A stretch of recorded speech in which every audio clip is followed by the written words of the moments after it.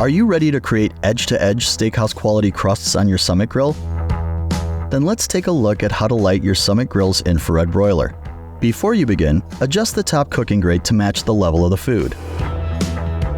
The highest level is great for steaks, or you can lower it to fit a casserole dish.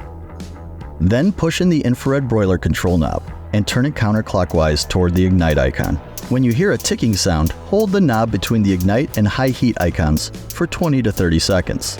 The broiler will gradually turn from blue to a fully orange color. Once the full burner has an orange glow, the infrared broiler is ignited. Turn the control knob to your preferred heat level and start creating delicious caramelized crusts for your food. For more information, visit Weber.com or contact Consumer Care.